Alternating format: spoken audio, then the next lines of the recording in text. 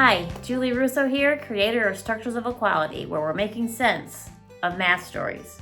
If you're new to structures, they're a reading comprehension tool that helps students better understand number stories. Before we get started, make sure you remember to subscribe to my channel below. I post weekly videos with actionable tips. Don't forget to ring the bell so you're notified when they're available.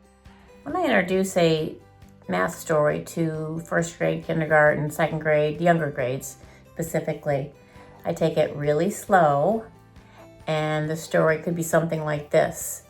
I ask the students about the characters, any action that's occurring, the thing we're counting, and then we move on to the math main idea. Even in the younger grades, I ask them, what's the math main idea? This particular story talks about marbles. The character is Josh, and he has two groups of marbles.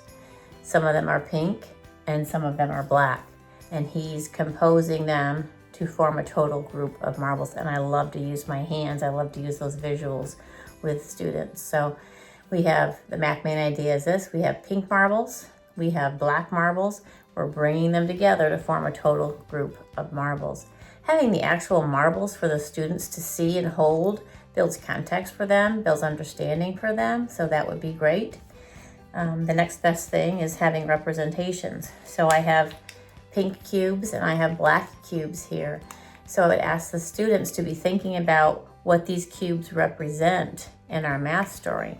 These pink cubes represent the two pink marbles that Josh has. These black cubes represent the three black marbles that Josh has. And then I would compose the pink marbles and the black marbles.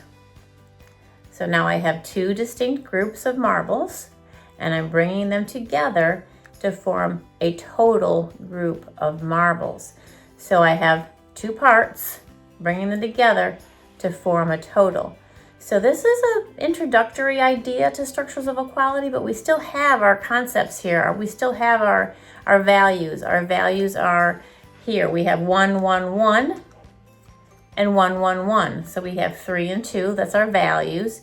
And then the label is oral. We're talking about this orally with the younger students. So this represents one black marble rather than labeling it with words or the written word or asking students to write it all out in the beginning. It's okay to keep reminding them what that representation is, so you're identifying the unit orally in the story.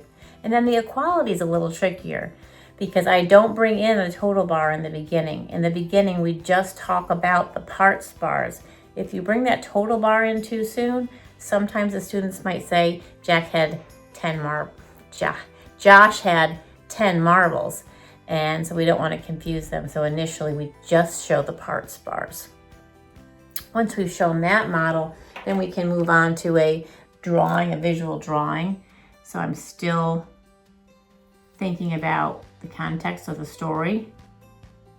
I have marbles and they're organized in a linear fashion. And then I would take and put a rectangle around the marbles, starting to look a little bit more like a Structure of Equality. Once I've done that, then I would go ahead and write in my labels. I have marbles and marbles. In parentheses, these are Josh's black marbles, and these are his pink marbles. If you have those colored markers, you can fill in those ovals to represent the color of each marble. So we can write the value in if we choose to, but it's visually here. So the value is visual here, and you can write it in over here if you want to, or you can write it down here or here. It's up to you. But you can actually visually see the total or the amount of marbles in your drawing. And then you can do something like this to represent the total. So I have 3 marbles and 2 marbles. They're coming together to form a total group of 5 marbles. When you've done this model like this, then I would go back and ask the students, what does this represent? This oval or circle represents one of Jack's black marbles.